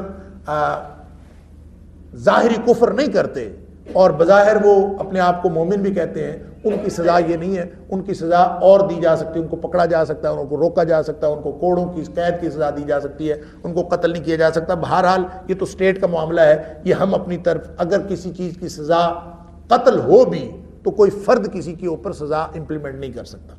چور کی سزا اگر ہاتھ کاٹنا ہے چوری کی سزا، تو چور ہمارے سامنے ہو، کلہاڑی بھی گھر میں موجود ہو، ہم اس کا ہاتھ نہیں کاٹ سکتے، اس لیے کہ فرد کے اوپر، کسی بھی فرد کے اوپر یا افراد کے گروہ کے اوپر کسی بھی سزا کو امپلیمنٹ کرنے کا کوئی اختیار نہیں ہے۔ یہ اختیار اللہ کریم نے اسٹیٹ کو دیا، ریاست کو دیا، اور اگر کہیں ریاست قائم ہوگی اور ریاست یہ سزا دے تو وہ دے، افراد کے پاس یہ نہ اختیار ہے نہ ان کی ذمہ داری ہے کہ وہ سزاؤں کو امپلیمنٹ کریں۔ لہٰذا ایک بات یہاں سے یہ ثابت ہو گئی کہ جادو کفر ہے، دوسری بات یہ ثابت ہو گئی کہ چونکہ وہ کفر ہے اس لیے انبیاء کے ساتھ اس کا قطعاً کوئی تعلق نہیں ہے، اور خاص طور پہ حضرت سلیمان علیہ السلام کے ساتھ اس کا کوئی تعلق۔ وما انزل علی الملکین ببابل ہاروت و ماروت، بابل میں اللہ نے جو ہاروت اور ماروت پر جو کچھ نازل کیا تھا اس کی بھی وہ پیروی کرتے تھے، اس کے پیچھے بھی چل پڑے۔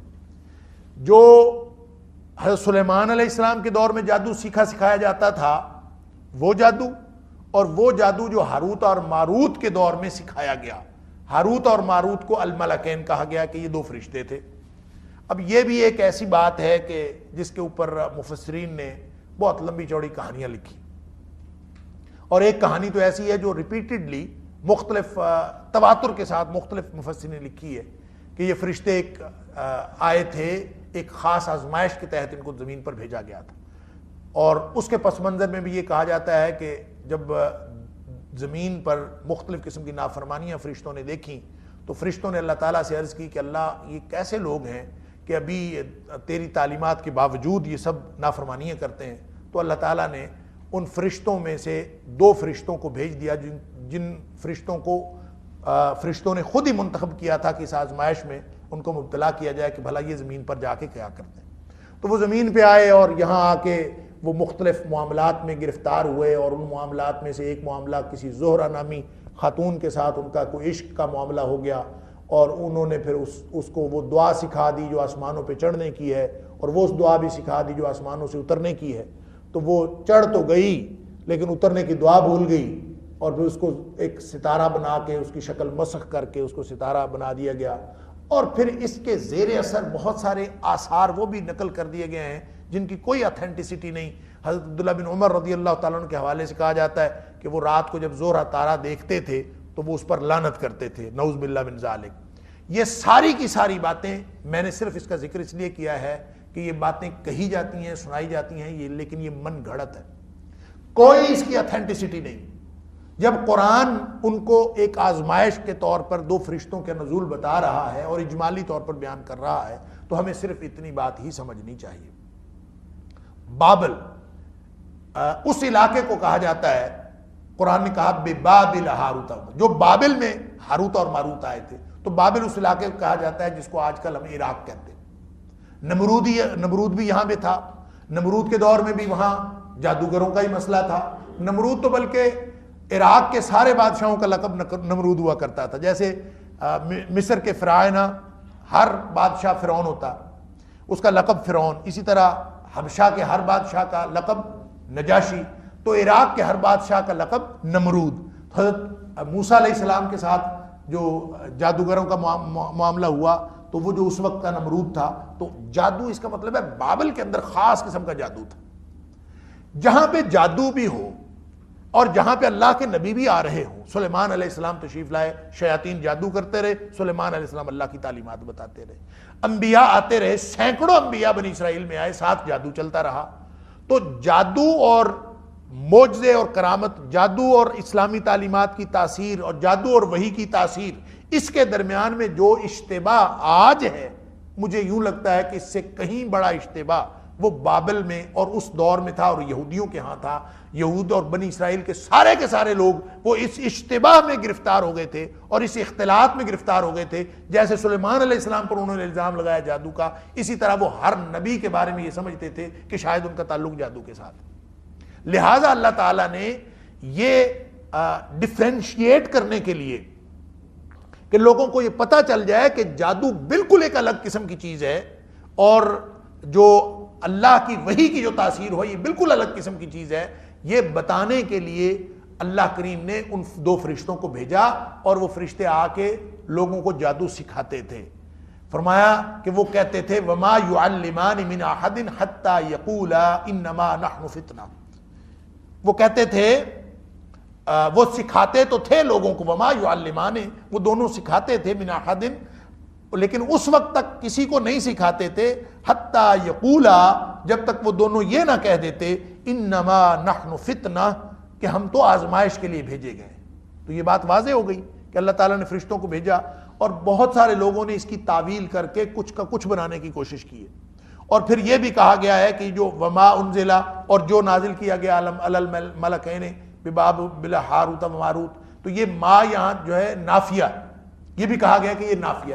اگر یہ ما نافیہ ہو، یعنی اس سے مراد ہو کہ نہیں نازل کیا اللہ نے ان دو فرشتوں پر، ہاروت اور ماروت پر، بابل کے اندر کچھ نہیں نازل کیا، تو پیچھے جو وما کفر سلیمان ہے کہ سلیمان علیہ السلام نے کفر نہیں کیا، تو ما وہ بھی نافیہ، یہ بھی اگر نافیہ ہو تو اس کا مطلب یہ ہوگا کہ کچھ بھی نازل نہیں ہوا، یہ ایسا کچھ نہیں ہوا۔ تو گویا انہوں نے کوئی بات ذہن میں بنائی ہوئی تھی کہ ایسی کوئی چیز نازل ہوئی ہے، اللہ تعالیٰ فرما رہے ہیں کہ ایسی کوئی چیز نازل نہیں ہوئی۔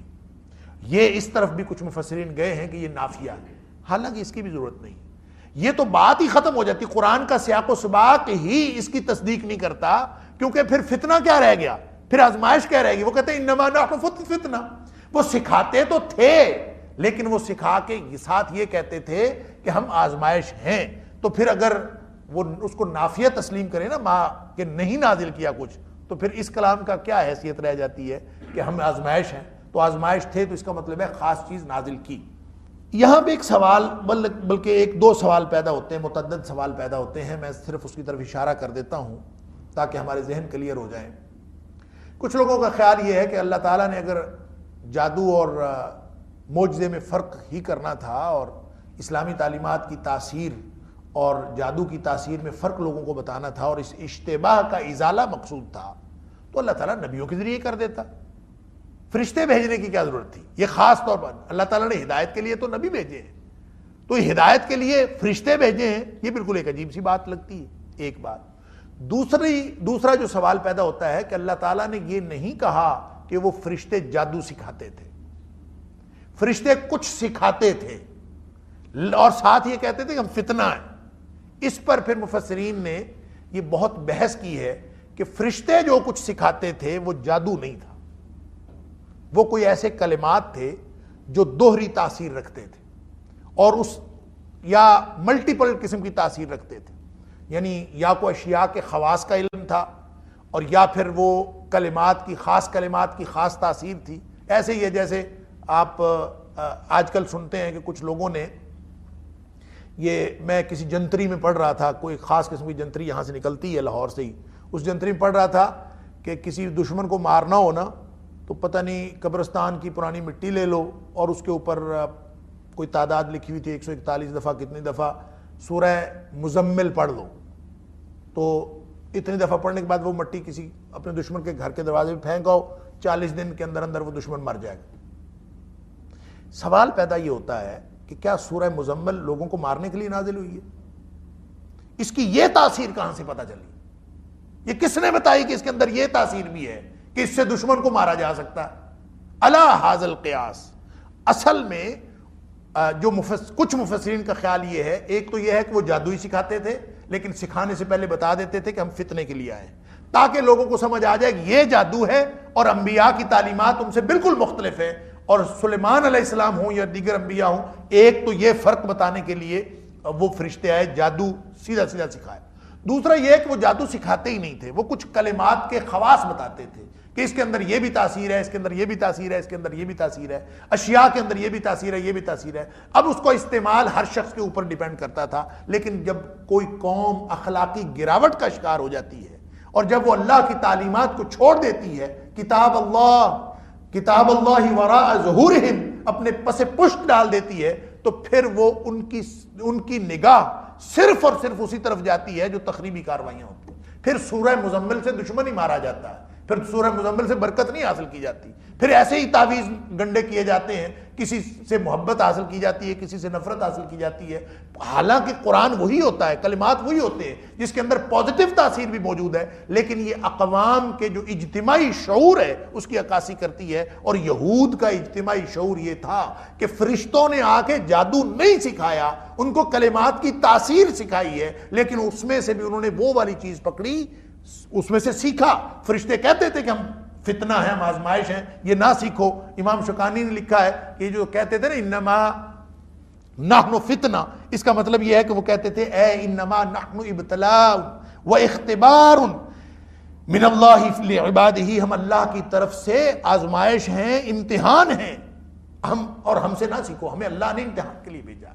وہ پورا اعلان کرتے تھے پہلے، اور لوگوں کو بتانے کے لیے کہ یہ وہ کلمات، چاہے کلمات اور اس کے خواص کا علم ہو اور چاہے وہ جادو کی بات ہو، وہ جب پہلے بتا دیتے تھے، تنبیہ کر دیتے تھے کہ یہ نہیں لینا، اور پھر بھی مختلف جب پھر بھی کوئی سیکھنا چاہتا تھا تو اس کو بتا دیتے تھے۔ اب کلمات کے اندر یا جو بھی وہ کوئی سکھاتے تھے اس کے اندر پازیٹیوٹی بھی ہوگی، کچھ چیزیں ہوں گی۔ یہ معلوم ہوتا ہے قرآن کے اگلے بیان سے کہ قرآن کہتا ہے کہ وہ تو کہہ دیتے تھے کہ انما نحن فتنہ فلا تکفر، تصدیق ہو گئی کہ جو وہ سکھاتے تھے اس کو سیکھ کر اگر کوئی شخص نیگیٹیولی اس کے پر عمل کرے گا تو وہ کفر ہوگا، فلا تکفر۔ تو جو پیچھے کہا گیا تھا وما کفر سلیمان، اور کیا کفر تھا؟ یعلمون الناس السحر، کہ جادو سکھاتے تھے۔ تو اس کا مطلب یہ ہوا کہ کلمات کے خواص والی بات کی طرف جانے کی کیا ضرورت ہے جب قرآن کا ظاہر یہ بتا رہا ہے کہ وہ جادوئی تھا، وہی سحر، وہی کفر تھا جو سلیمان علیہ السلام کی طرف نسبت کی گئی۔ اب یہ فرشتے آئے تھے بتانے کے لیے کہ سلیمان علیہ السلام کے پاس جو علم ہے وہ اور طرح کا ہے، جو ہمارے پاس علم ہے وہ اور طرح کا ہے۔ لوگوں کو یہاں پہ یہ بھی اشتباہ ہوا ہے کہ اللہ تعالیٰ فرماتا ہے کہ ہم نے نازل کیا، اب جادو اللہ نے نازل کیا تو اللہ تعالیٰ وحی کے ساتھ ساتھ جادو بھی نازل کرتا ہے۔ لوگوں نے یہ بھی اعتراضات کیے، حالانکہ بات یہ ہے کہ بیماری بھی اللہ نے نازل کی ہے. نازل کرنا کا معنی بنانا بھی ہوتا ہے. بیماری بھی اللہ نے بنائی, شفا بھی اللہ نے بنائی, شیطان بھی اللہ نے بنایا اور قرآن بھی اللہ نے بنایا. ساری چیزیں اس دنیا پوری کائنات میں سب اللہ نے بنایا. اس لیے یہ سوالات صرف اور صرف اشتباہ پیدا کرنے کے لیے اور شبہ پیدا کرنے کے لیے, ایسی اور کوئی بات نہیں ہے. جادو اور قرآن کا بالکل زمین آسمان کا فرق ہے. یہی جادو اور تورات کا فرق تھا, یہی جادو اور سلیمان علیہ السلام کی تعلیمات کا فرق تھا, اور یہی فرق نہ یہود سمجھے اور نہ آج کے دور کے مسلمان سمجھے. اصل مسئلہ یہی, اس کو سمجھانے کے لیے وہ آئے تھے. مسئلہ یہ ہے کہ اس کا وہ والا پہلو لیتے ہیں, یتعلمون, سیکھتے تھے. کیا سیکھتے تھے؟ منہما, ان دونوں سے, ما یفرقون به بین المرء وزوجہ, وہ سیکھتے تھے جو میاں بیوی کے درمیان جدائی ڈال دیں. ما یفرقون به, جس کے ذریعے سے وہ جدائی ڈال دیں, بین المرء وزوجہ, آدمی اور اس کی بیوی کے درمیان, میاں بیوی کے درمیان فرق ڈالنے کے لیے, جدائی ڈالنے کے لیے وہ سیکھتے تھے. اب یہ بات وہ ہے جو میں عرض کر چکا ہوں کہ اس کے اندر جتنی مرضی پازیٹیوٹی ہو, اس کا وہ والا پہلو لینا ہے جو نیگیٹو ہے. جو چیز اللہ کے رسول صلی اللہ علیہ وسلم نے بتا دی, جو طریقہ اللہ کے رسول صلی اللہ علیہ وسلم نے بتا دیا, وہ ہمیں قبول نہیں ہے. قرآن بھی پڑھنا ہے, اس طریقے سے پڑھنا ہے جو ہمارا اپنا بنایا ہوا طریقہ. نبی کریم صلی اللہ علیہ وسلم نے جس طریقے سے دعا کہی ہے کرنی ہے, وہ نہیں کرنی, بلکہ سورہ فاتحہ پڑھ کے تین دفعہ کل شریف پڑھ کے ساتھ یہ کہنا یا اللہ اس کا ثواب اس کو پہنچا دے. یہ نبی کریم صلی اللہ علیہ وسلم تو نہیں بتایا. ہم اپنی مرضی سے جو بات کرتے ہیں اس کی تاثیر کا وہ پہلو جو ہمیں سوٹ کرتا ہے. تو یہ قوموں کے اجتماعی شعور کے انتہائی زوال کا عکاس ہے کہ جب قومیں زوال کا شکار ہوتی ہیں تو وہ انبیاء کی تعلیمات اور اللہ کی وحی سے کس قدر وہ بے بہرا ہو جاتے ہیں اور بے نیاز ہو جاتے ہیں کہ ان کو پس پشت ڈال کے پھر کسی کو جادو کا مسئلہ ہے, کسی کو ٹونے کا مسئلہ ہے, کسی کو کچھ مسئلہ ہے, ہر وہ چیز اٹریکٹ کرتی ہے جو اللہ اور اس کے رسول صلی اللہ علیہ وسلم کے طریقے کے خلاف ہے, اور ہر وہ چیز اٹریکٹ کرتی ہے جو اللہ اور اس کے رسول صلی اللہ علیہ وسلم کی لائی ہوئی تعلیمات کے خلاف تاثیر دے. اب میاں بیوی کے درمیان اگر جدائی پڑ جائے گی تو کرنے والے کو کیا ملے گا؟ سوال پیدا ہوتا ہے, اس نے کیا کرنا ہے. لیکن وہ سیکھتے تھے, وہ پہلو سیکھتے تھے. جیسا کہ میں نے عرض کیا کہ سورہ مزمل پڑھے تو بندہ مر جاتا ہے, اور اس طرح کے بڑے ٹوٹکے قرآن کے ذریعے سے ہم نے لیے ہوئے. اتنا دفعہ یہ پڑھ لیں تو اس سے یہ ہوتا ہے, اتنی دفعہ یہ پڑھ لیں تو اس سے یہ ہوتا ہے, یہ کر لیں. گویا اللہ کا قرآن اس مقصد کے لیے آیا. تو کوئی شخص جادو, یہ اس اشتباہ کا نتیجہ ہے, اس اختلاط کا نتیجہ ہے جو شخص وحی الہی کی حقیقت کو ہی نہ سمجھے, جو وحی الہی کی برکت کو ہی نہ سمجھے, اور اس کو صرف اسی طرح ایک شعبدہ بازی, نعوذ باللہ من ذالک, اور جس طرح جادو کے مخفی سبب کی وجہ سے اس کی تاثیر کو دیکھتے ہیں, اسی طرح وہ قرآن کی تاثیر کو دیکھتے ہیں. حالانکہ اس پورے جادو کا ڈسپلن وہ اور ہے, اس کے ذرائع اور ہیں, اس کی بنیادیں اور ہیں, اور اللہ کے قرآن کی بنیادیں اور ہیں. لیکن انہوں نے وہ والا حصہ سیکھا کہ لوگوں کے درمیان جدائی ڈال دیں. کیونکہ اس کا تعلق شیطانوں کے ڈسپلن کے ساتھ ہے, تو شیطان کے ہاں یہ بہت بڑا کام ہے, میاں بیوی کے درمیان جدائی ڈالنا. نبی کریم صلی اللہ علیہ وسلم نے فرمایا کہ ابلیس کا جو تخت ہے وہ پانی پر, اور وہ جب اپنے کارندے بھیجتا ہے تو شام کو کارکردگی رپورٹ لیتا ہے, آ کے اپنی کارکردگی بتاتے, میں نے یہ کیا, میں نے فلاں کیا, میں نے فلاں کو گمراہ کر دیا, فلاں کو یہ کر دیا. وہ ہر ایک کی سنتا جاتا. لیکن جب کوئی شخص آ کے, کوئی شیطان اس کا چیلا آ کے اس کو یہ رپورٹ دیتا ہے نا کہ میں آج میاں بیوی کے درمیان جھگڑا کروا آیا ہوں, ان کے درمیان لڑائی کروا آیا ہوں, تو نبی کریم صلی اللہ علیہ وسلم نے فرمایا کہ اس کو یہ اپنے پاس بلاتا ہے اور اس کو گلے لگا لیتا, کہتا ہے تو نے صحیح کام کیا. یعنی یہ سب سے زیادہ شیطان کا محبوب مشغلہ ہے کہ میاں بیوی کے درمیان جدائی پڑ جائے. تو چونکہ یہ سارا ڈسپلن ہی, جادو ہے ہی شیاطین کا کام, لہٰذا ان کا سب سے مرغوب کام یہ ہے کہ جو لوگوں کو میاں بیوی کے درمیان جدائی ڈالتا ہے وہ چیز بس کرنی ہے, باقی ساری چیزیں چھوڑ دیں. قرآن نے یہ اسپیسیفکلی اس کی وضاحت کی ہے. دیکھیں بات شروع کہاں سے ہوئی تھی, کتاب اللہ وراء ظہورہم کأنہم لا یعلمون. اللہ کی کتاب موجود تھی, اس کو چھوڑ دیا. جب اس کو چھوڑیں گے تو یہ ساری چیزیں در آئیں گی, اس میں کفر بھی مکس ہوگا، اس میں شرک بھی مکس ہوگا، اس میں ہر چیز آتی جائے گی، انسان کو پھر سمجھ نہیں آتی کہ میں نے کون سی چیز لینی ہے اور کون سی نہیں۔ یہ ملغوبہ اس وقت بنتا ہے، یہ اختلاط اور اشتباہ اس وقت پیدا ہوتا ہے کہ انسان شیطانی چیزوں کو روحانی چیزوں کے ساتھ، اسلامی چیزوں کو، ہم دیکھیں نا اب سلیمانی جادو، سلیمانی ہر چیز سلیمانی، اور سلیمانی روحانیات، سلیمانی قوت وہ حاصل کرنے کے لیے کس شخص کا دل نہیں کرتا؟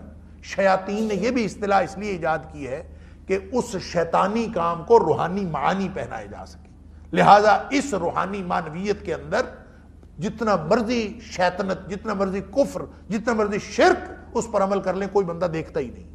یہ اصل میں بنیادی فرق اللہ کریم نے بتانا تھا کہ قومیں جب زوال کا شکار ہوتی ہیں، جس طرح یہود ہوئے تو ان کا اجتماعی شعور اس قدر پست ہو گیا اور اخلاق اس قدر پست ہو گیا کہ جو سیکھا بھی تو یہ سیکھا کہ معاشرت کیسے تباہ کرنی ہے لوگوں کی، اور ان کے میاں بیوی کے درمیان جدائی کیسے ڈالنی۔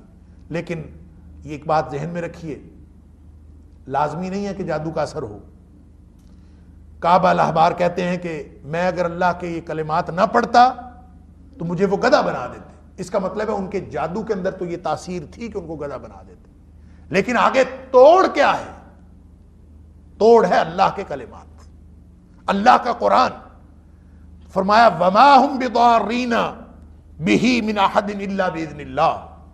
یاد رکھو جادوگر اپنا جادو تو کرتا ہے لیکن اس کی تاثیر اللہ کے حکم کے بغیر نہیں ہوتی۔ اللہ کا حکم ہوگا تو پھر اس کی تاثیر ہوگی۔ لوگ کہتے ہیں نبیوں کے اوپر جادو کا کیوں اثر ہو گیا؟ ہے تو کفر، تو نبیوں کے اوپر اثر کیوں ہو جاتا ہے؟ ہر طبی بات، چونکہ میں پہلے عرض کر چکا ہوں کہ جادو جو ہوتا ہے نا اس کا سبب مخفی تو ہوتا ہے، غیر طبی نہیں ہوتا، کوئی نہ کوئی طبی سبب ہوتا ہے، فطری قوانین کے مطابق سبب ہوتا ہے، ہمیں معلوم نہیں ہوتا۔ تو فطری قوانین کے مطابق جو چیز بھی ہوتی ہے، طبی قوانین کے مطابق جو چیز بھی ہوتی ہے، اس کا اثر انبیاء کے اوپر ہوتا ہے، کیونکہ ان کی طبیعتیں اللہ نے عین بشری تقاضوں کے مطابق بنائی ہوتی ہیں۔ پھر اللہ ان کے اوپر خاص رہنمائی ان کو عطا فرماتا ہے، جس رہنمائی کے ذریعے وہ ان اثرات سے نکل آتے ہیں، جیسا کہ نبی کریم صلی اللہ علیہ وسلم کے اوپر صحیح حدیث کے اندر ہوتا ہے، آیا کہ نبی پاک صلی اللہ علیہ وسلم پر اثر ہوا۔ دیکھیں جادو جب کیا تھا موسیٰ علیہ السلام کے مقابلے میں جادوگروں نے، تو وہ رسیاں پھینکی تھیں، تو رسیاں پھینکنے کے بعد وہ رسیاں سانپ تو نہیں بنی، سحروا اعین الناس، انہوں نے تو آنکھوں کے اوپر جادو کیا تھا۔ فلما القوا یخیل الیہ من سحرہم انہا تسعی، ان کے جادو کی وجہ سے خیال یہ ہوا، لگا یہ کہ یہ نا رسیاں بھاگ رہی ہیں، حالانکہ بھاگ کوئی نہیں رہی تھی۔ فاوجس فی نفسہ خیفۃ موسیٰ، موسیٰ علیہ السلام نے اپنے دل میں ڈر محسوس کیا۔ اب اس کا مطلب ہے کہ وہ عملاً کچھ بھی نہیں تھا، لیکن چونکہ اس کے پیچھے سبب طبعی تھا تو موسیٰ علیہ السلام پر اس کا اثر ہوا۔ نبی کریم صلی اللہ علیہ وآلہ وسلم کو انہوں نے جادو کرنے کے لیے آپ کے بال لے کے اس میں گریں ڈال کے وہ کنویں کے اندر چھپایا۔ نبی کریم صلی اللہ علیہ وسلم کے اوپر بعض اثرات بھی ظاہر ہوئے، نبی کریم صلی اللہ علیہ وسلم کو اللہ تعالیٰ نے بذریعہ وحی بتا دیا، اور نبی کریم صلی اللہ علیہ وسلم کو دم بھی بتا دیا، اور یہ معوذتین، اور کہتے ہیں 11 ہی گریں تھیں، 11 ہی آیات معوذتین کی ہیں، اور نبی پاک صلی اللہ علیہ وسلم پڑھتے جاتے تھے اور ایک ایک گرہ کھلتی جاتی تھی۔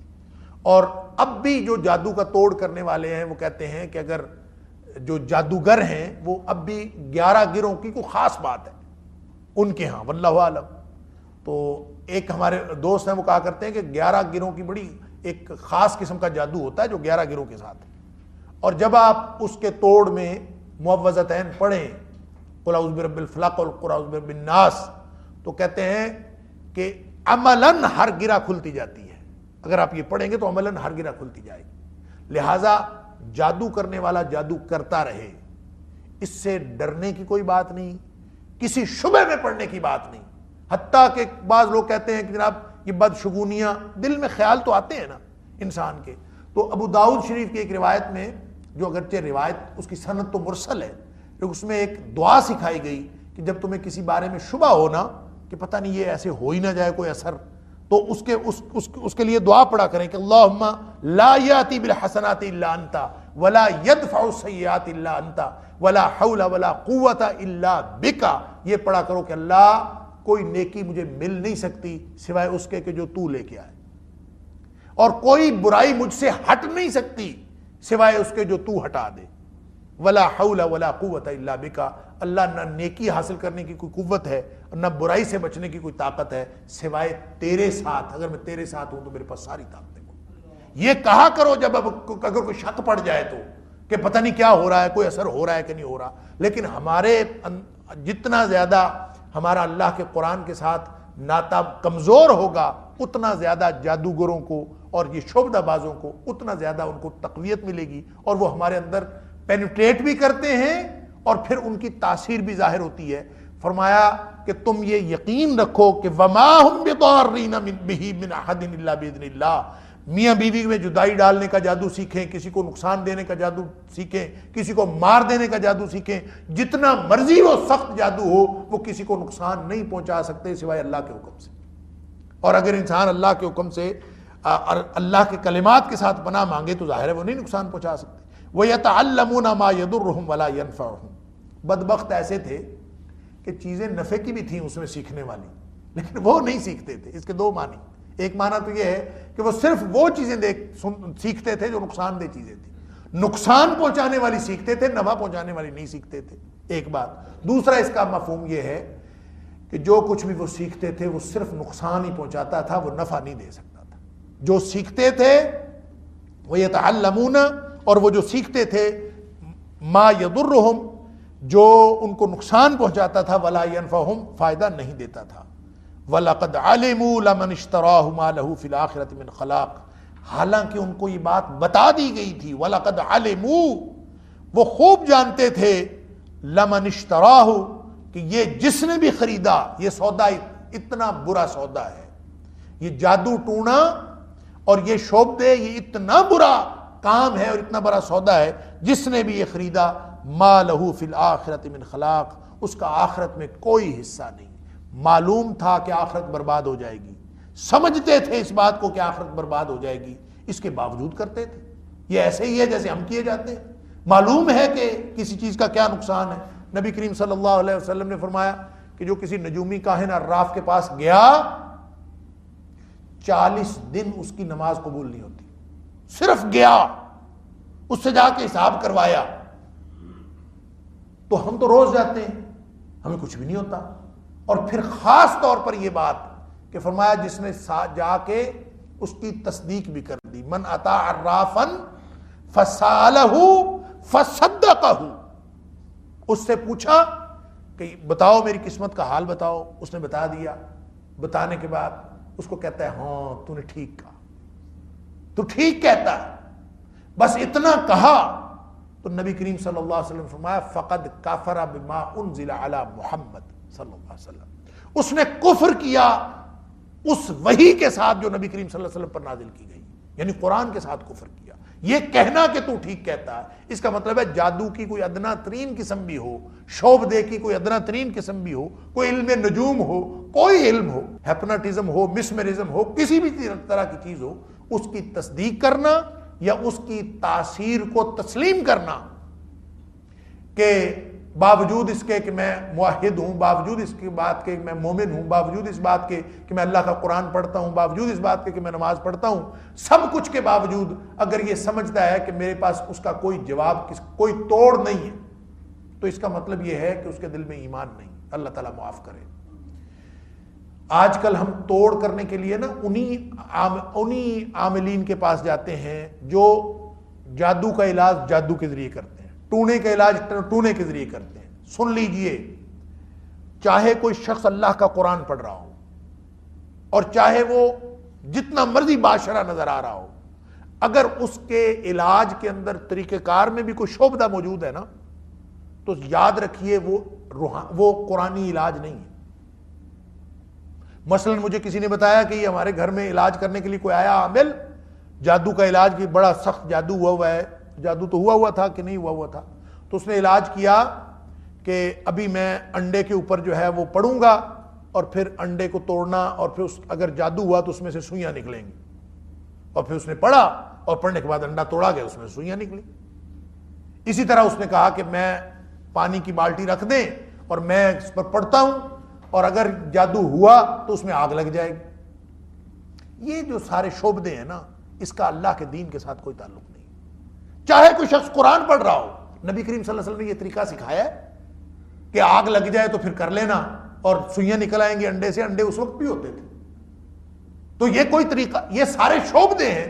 یہ جادو کا علاج جادو کے ذریعے سے کرانے والی بات ہے، ٹونے کا علاج ٹونے کے ذریعے سے کرانے والی بات۔ علاج اللہ کا قرآن ہے، اور اللہ کا قرآن جیسا کہ کعب الاحبار نے وہ کلمات کہ اللہ میں تیری ذات کے ذریعے سے پناہ مانگتا ہوں، اگر کوئی شخص اس طرح سے پناہ مانگے، نبی کریم صلی اللہ علیہ وسلم نے صبح و شام کے اذکار بتائے ہیں، اور دشمن سے بچنے کے، جادو سے بچنے کے، ہر چیز زہر سے بچنے کے اور ہر طرح کی بیماری سے بچنے کے اذکار ہیں، وہ دعائیں ہیں آدمی، وہ تو ہم یاد نہیں کرتے، وہ تو پڑھتے نہیں ہیں۔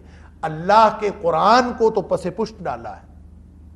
یہ بہترین علاج ہے۔ سورہ فاتحہ، آیت الکرسی اور معوذتین، اس کے ساتھ سورہ اخلاص ملا لیں، آخری تینوں کل شریف اگر ملانا چاہیں اس کے ساتھ قل یا ایھا الکافرون ملا لیں، ہر نماز کے بعد پڑھیں۔ اتنا بڑا تحفظ ہے، اتنی بڑی پروٹیکشن ہے، کوئی چیز قریب نہیں آ سکتی۔ یعنی کوئی شخص یقین سے کرے تو صحیح، یہ علاج ہم نے نہیں کرنا۔ دیکھیں اصول علاج قرآن کا، قد افلح من تزکا وذکر اسم ربہ فصلی، تین چیزیں جس شخص نے کر لیں اس کی کامیابی کامیابی۔ تزکیہ، صفائی، پرہیزگاری، عقیدے کی صفائی، ظاہری صفائی، کپڑوں کی صفائی، گھر کی صفائی، طہارت، پاکیزگی، نمبر 1۔ نمبر 2، نماز، 5 وقت نماز کی پابندی۔ جس گھر میں ایک بھی فرد ایسا ہے جس کے اوپر نماز فرض ہے اور وہ نماز نہیں پڑھتا، جس گھر میں ایک بھی فرد ایسا ہے جس کے اوپر نماز فرض ہے اور وہ نماز نہیں پڑھتا، تو اس کی نحوست پورے گھر پہ پڑتی۔ پھر اگر یہ نماز کی پابندی کر لیں اور ذکر اللہ کا، وہ یہی اذکار ہیں جو صبح و شام کے نبی کریم صلی اللہ علیہ وسلم نے بتایا، جو ہر نماز کے بعد نبی کریم صلی اللہ علیہ وسلم نے بتایا، وہ اذکار کریں، قرآن پڑھیں، دنیا کی کوئی طاقت نقصان نہیں پہنچا سکتی۔ جب اللہ نے یہ دے دیا ہمارے اتنا شاندار نسخہ، یہ ہم نے پس پشت ڈالا ہے۔ کتاب اللہ وراء ظہورہم کأنہم لا یعلمون، قرآن تو ہمیں آتا نہیں، وہ تو ہم نے پڑھنا نہیں، وہ دعائیں ہمیں آتی نہیں جو پڑھانی۔ کوئی طریقہ بتائیں ڈائریکٹ، کوئی ایسا وظیفہ بتا دے کہ جو، اور اگر کوئی شخص بناوٹی وظیفہ بتا دے نا، اس میں بڑی اٹریکشن ہے۔ اور اگر کوئی شخص کہے کہ آیت الکرسی پڑھو، وہ کہتا ہے آیت الکرسی تو سارے پڑھتے ہیں، یہ لگتا ہے کہ شاید اس میں نہیں۔ بنیادی طور پر یہی وہ شیاطین کی روش ہے، یہی وہ شیطانی قاعدہ ہے جس کے تحت یہود گمراہ ہوئے اور ہم بھی سارے گمراہی کی طرف جا رہے ہیں۔ اللہ تعالیٰ ہمیں معاف فرمائے۔ فرمایا وَلَبِئْسَ مَا شَرَوْا بِهِ أَنفُسَهُمْ، بہت برا ہے، بہت برا ہے جس کے ساتھ سودا کر لیا ہم نے اپنی جانوں کا۔ اللہ اکبر، یعنی یہود نے کیا تھا، تم لوگ بھی وہی کر رہے۔ وَلَبِئْسَ مَا شَرَوْا بِهِ أَنفُسَهُمْ، انہوں نے جو اپنی جانوں کا سودا کیا، جس کے بدلے میں اپنی جانیں بیچی، بہت برا ہے۔ لَوْ كَانُوا يَعْلَمُونَ، کاش کہ ان کو پتہ ہوتا ہے کس روش پہ جا رہے ہیں۔ اللہ کرے کہ اللہ تعالی ہم سب کو یہ شعور عطا فرمائے کہ جتنی شیطانی قوتیں ہیں، جتنی شیطانی قوتوں کی تاثیر والی چیزیں ہیں، جتنے آثار ہمیں یا جتنی تاثیر ہمیں بے سبب نظر آتی ہے، ہم اس سے مرعوب ہوتے ہیں، اس کی بجائے ہم اللہ کے قرآن کی مرعوبیت اپنے ذہن میں رکھیں، اللہ کے قرآن کا رعب اپنے ذہن میں رکھیں۔ نبی پاک صلی اللہ علیہ وسلم نے جو مسنون چیزیں ہمیں ملتی ہیں، ان کی تاثیر کا یقین ہمارے دلوں میں ہو۔